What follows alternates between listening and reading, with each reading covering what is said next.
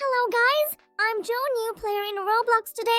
I will play skateboard second level and my dad will tell you story. Hello, I am Joe's dad. Let us begin our story. Daniel grew up in a small coastal town where the air always smelled of salt and the sound of seagulls was as constant as the tide.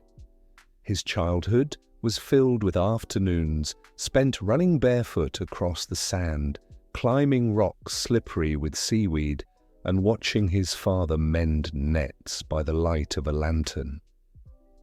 His father was a fisherman, a man who spoke little but carried the kind of wisdom that didn't need many words. He would tell Daniel stories at night, stories of ships swallowed by storms, of strange islands that appeared and vanished, and of sailors who returned home with eyes that seemed to hold secrets too vast for the world they came back to. Daniel was a boy who listened closely. While other children laughed at those tales or quickly fell asleep, he sat wide-eyed, staring at his father as if the stories were maps, waiting to be followed. And as he grew older, something restless began to stir inside him. His friends were content to stay, to fish, to marry, to live lives as predictable as the tides, but Daniel couldn't ignore the pull of the horizon. He would stand for hours at the edge of the sea, the waves touching his toes, and whisper to himself, "There has to be more out there." On his 21st birthday, his father handed him a small wooden box. Inside lay an old compass.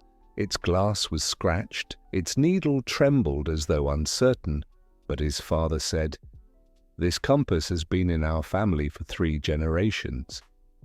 It doesn't always point north. Sometimes it points to where you need to be." Daniel didn't fully understand, but he treasured it all the same. That night, lying in bed, he turned the compass over in his hands again and again, wondering what it would one day show him. Not long after, Daniel bought a small boat with his savings. It wasn't grand, just enough to carry him and a few weeks of supplies. When he told his father, the old man looked at him for a long moment, then simply said, "The sea will test you. But if you listen, it will also teach you." With that, he gripped Daniel's shoulder, firm and proud.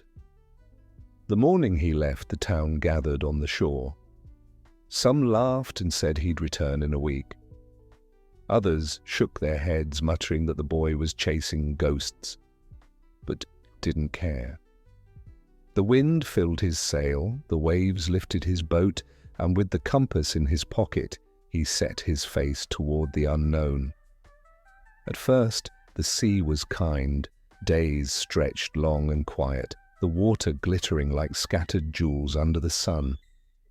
At night, the stars opened like an endless book above him, and he learned to read them as his father had taught him. The loneliness was sharp, like a knife pressed against his ribs, but it was tempered by the thrill of freedom.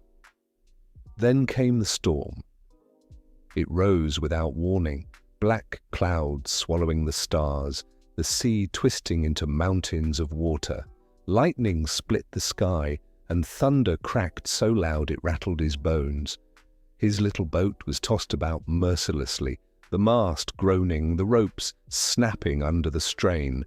Daniel clung to the tiller, shouting into the wind, "Not like this!" Not yet.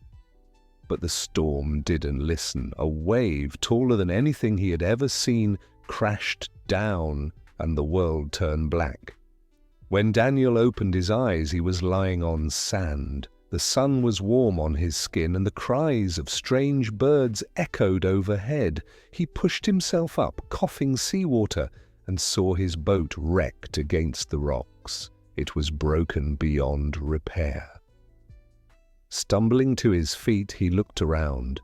The island stretched in every direction, filled with trees whose leaves shimmered silver in the light, fruits shaped like stars hanging from branches, and streams so clear they reflected the sky perfectly. It was a place both beautiful and unnerving, as if it belonged to a dream. Days passed as Daniel explored.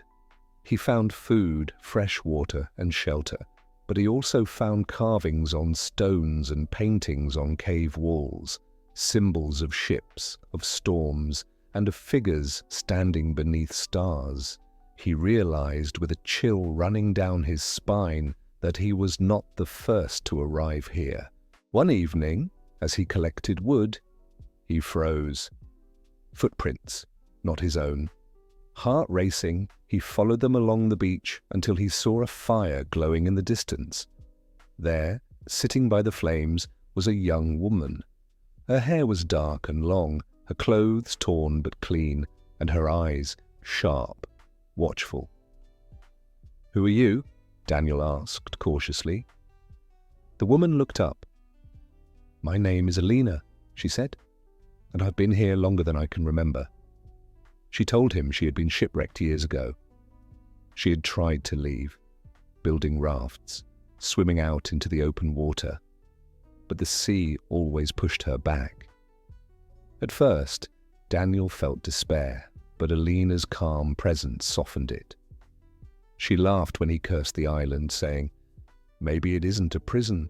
Maybe it's a place that finds those who need it." Together they survived. They explored deeper into the forest, discovered waterfalls that sang like music, and fruits that glowed faintly in the dark. Daniel began to trust the island, and more than that, he began to trust Alina. She was clever, resourceful, and kind in quiet ways, leaving food where he would find it, humming songs when the nights grew long. Years passed, and the island became home. They carved a house into the cliffs, planted gardens, and marked time not by calendars, but by the cycles of the moon. Still, Daniel never lost the pull of the sea. Sometimes he stood at the shore, the compass in his hand, watching as its needles spun wildly before settling toward the heart of the island. He wondered what it was trying to tell him. One night, as they sat by the fire, Alina said softly, "Do you still dream of leaving?" Daniel hesitated. "Yes, but I don't know if the sea wants me to." She reached into her pocket and placed the compass in his palm. "Then let's find out."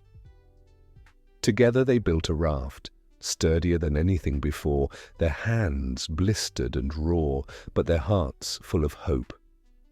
When it was ready, they pushed it into the water.